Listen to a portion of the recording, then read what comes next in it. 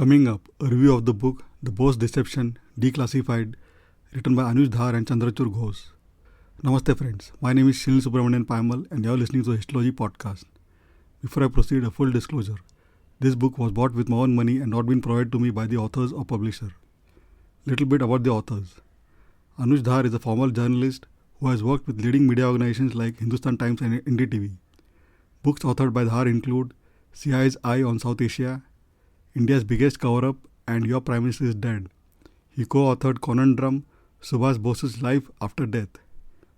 Dhar is one of the founders of Mission Netaji, the pressure group whose relentless campaign led to the declassification of over 1,000 secret files relating to Subhash Chandra Bose. Chandrachur Ghose is an author, columnist and public speaker on history, politics, economics and environment. He graduated from Vishwa Bharati and the University of Sussex. He has co-authored Conundrum, Subhash Bose's Life After Death and has written the definitive biography of Netaji Subhash Chandra Bose, Bose, The Untold Story of an Inconvenient Nationalist, and 1947 to 57, India, The Birth of a Republic. He writes columns for various online portals. Ghose is one of the founders of the pressure group Mission Netaji that has been the moving force behind the declassification of thousands of secret documents related to Netaji Subhash Chandra Bose. A brief description of the book. Quote, what exactly is this controversy about Netaji's disappearance? Efforts by the author led to the declassification of more than 1,300 secret files on Bose. Does new material offer new evidence on Bose's reported death in 1945? The Bose Deception, Declassified opens a window to this and much more. In January 2016, the Government of India began declassifying classified PMO, MEA, MHA and Cabinet Secretariat files related to the mysterious disappearance of Subhash Chandra Bose at the end of the Second World War.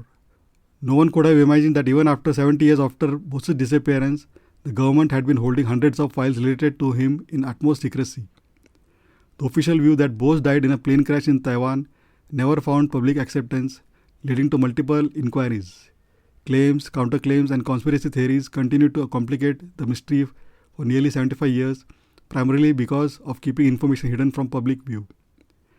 In this fascinating investigative work, Anuj Dhar and Chandrachur Ghose have rummaged through more than 2,000 files declassified in India and in the UK, USA and Taiwan to disentangle the complex web of a deception plan that has kept the whole country on tenterhooks for decades.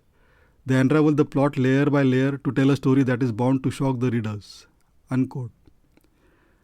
The authors approach the question of whether Netaji Subhash Chandra Bose actually died in a plane crash in 1945 with a mix of historical rigor, investigative journalism, and a strong sense of skepticism towards official narratives. The book, as the title suggests, claims to declassify several documents and pieces of evidence, arguing that the truth about Bose's disappearance has been deliberately obscured. Dhar and Ghose explore various conspiracy theories and provide alternative perspectives on what could have happened to the leader of the Indian National Army after his purported death. The book is divided into sections that analyze the political, social and military implications of Bose's actions during and after World War II. It examines the possibility of Bose having escaped to Soviet Russia or even to Manchuria, countering the claims that he perished in the crash.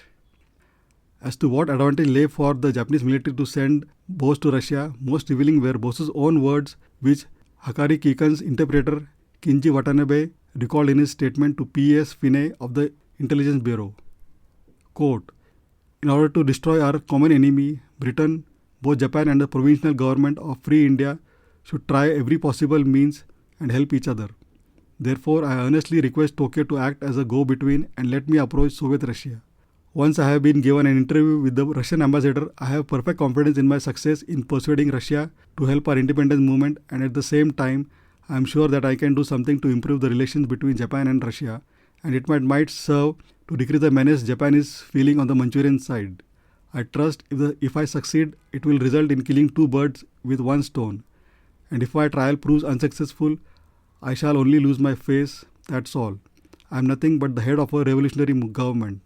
Unquote. Right from the very start, the government had a fixed idea that Bose died in Taiwan and consequently it never wanted any inquiry.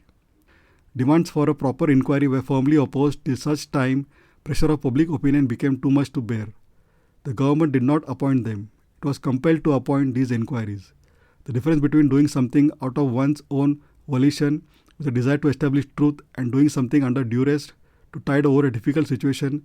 To give a crude example, it's the same as between a marriage and a shotgun marriage. And whoever who has been compelled to do something shall treat the job thrust upon them as drudgery and continue to harbor malefied intentions throughout. I would like to especially mention two examples given by the authors which show the kind of dislike some people in the Indian establishment had towards Netaji. First, former revolutionary Atindranath Bose, dubbing the plane crash theory as a fabrication circulated by Netaji Subhash Chandra Bose himself to hoodwink his enemies, Atindra asserted that Bose had flown to an unknown destination in the USSR. He alleged that the only people who believe in Bose's death were his erstwhile colleagues who cannot hear his name. Quote, "Is there any free government in any part of this world which can get rid of the national hero in such a disgraceful, in such an unsympathetic and unseemly fashion? Could you imagine more wretched instance of such jealousy, meanness and ingratitude?" Unquote. Second, when Veer Savarkar passed away in 1966, a grieving Narendra Sinkar, a Pune-based writer and journalist, wanted to pay his homage on the radio, but was refrained from doing so by a fellow Indian. After hearing of this incident from Sinkar at a later date, Comrade Nikhil Chattopadhyay comforted him by giving examples of Indian leaders going after Indian leaders. Quote, "During the course of a conversation, he, that is Nikhil, accused Nehru of forcing Netaji Subhash Chandra to exile in Soviet Russia. It was an exile because Netaji feared that he would be declared a war criminal with the connivance of Nehru. On his arrival in the then USSR via Manchuria, Stalin, Molotov, Beria and Voroshilov consulted with the Indologist, who in their turn advised Stalin to consult Krishna Menon in London through the Soviet embassy. Krishna Menon categorically asserted in favor of Nehru and urged Stalin not to divulge the information since Nehru was about to become the Prime Minister and who would follow a strict pro-Soviet policy. Since the USSR was left with no allies in the Asia except Chiang Kai-shek, with whom the Soviet government had made a treaty on November 15, 1945 to withdraw Soviet troops and hand over a territory to China. Although the USSR was in the dilemma, they preferred Nehru to Netaji Subhash Chandra in order to avoid confrontation with other allied nations." Unquote. Conclusion. The Bose Deception, Declassified is an ambitious and thought-provoking work that challenges long-standing assumptions about one of India's most revered leaders. Dhar and Ghose's deep dive into the mystery surrounding Bose's death offer a fresh perspective and calls for a re-evaluation of historical narratives. While it may not provide definitive answers, it certainly invites readers to reconsider the official story and the forces at play in shaping India's historical consciousness. For those interested in Indian history, political intrigue, or the life of Subhash Chandra Bose, this book is an essential read that will spark debate and reflection for years to come. I give this book 4.5 out of 5. The book is currently available in hardcover and Kindle formats but not yet available in audible format. I have given the respective buy links in the show notes. Please check them out for the latest prices. Last but not the least, thank you for spending a valuable time listening to this book review. Really grateful. Please don't forget to subscribe to the Histology podcast on a favorite podcasting app and also feel free to leave a review. Also, please check histology.com for all previous episodes. Thanks and looking forward to hearing from you. Take care and bye.